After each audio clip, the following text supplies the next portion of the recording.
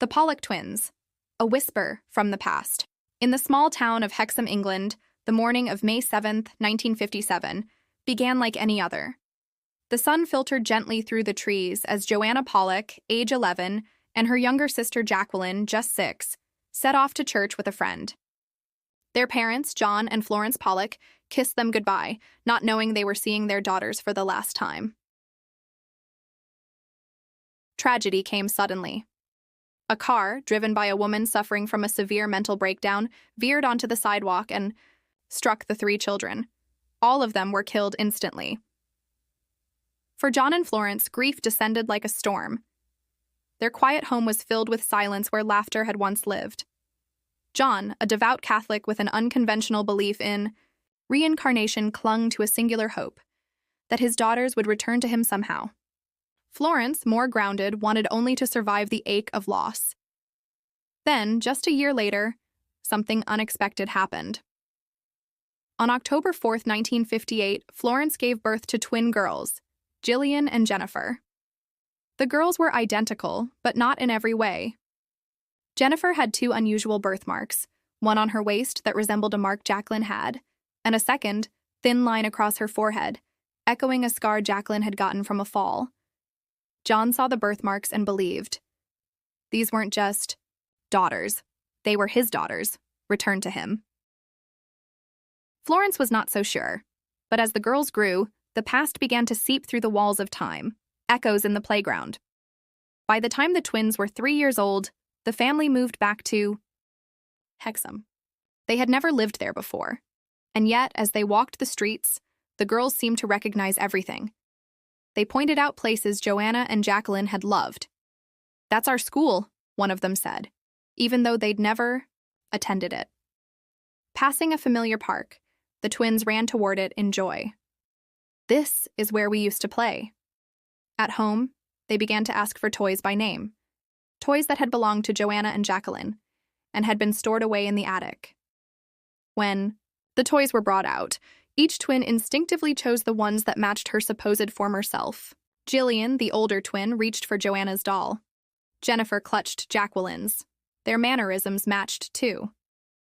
Gillian carried a calm maturity, protective of her younger sister, just as Joanna had been.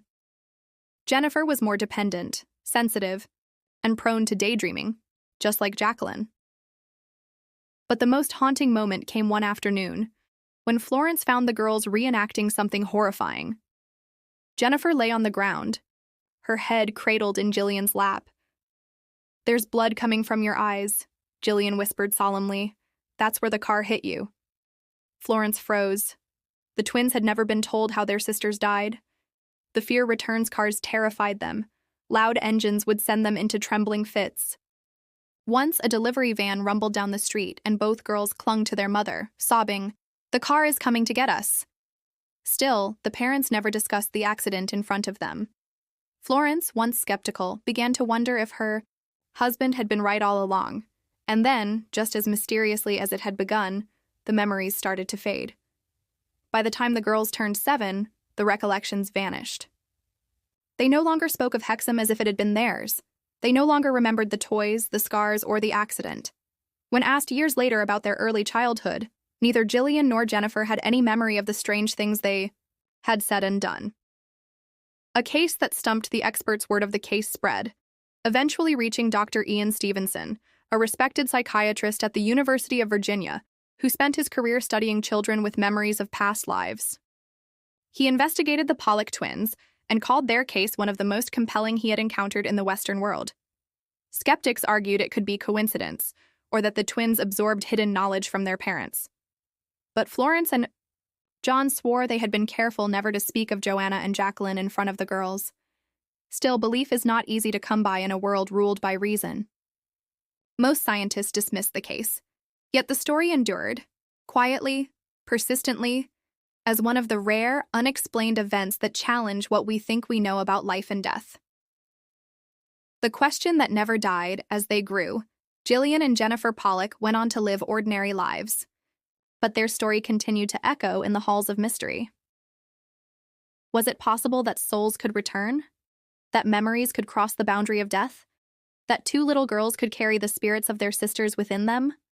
No one could say for sure, but for a brief window in time, in the shadowed corners of a quiet English town, it seemed as though the past had reached out and found its way home. Follow for more.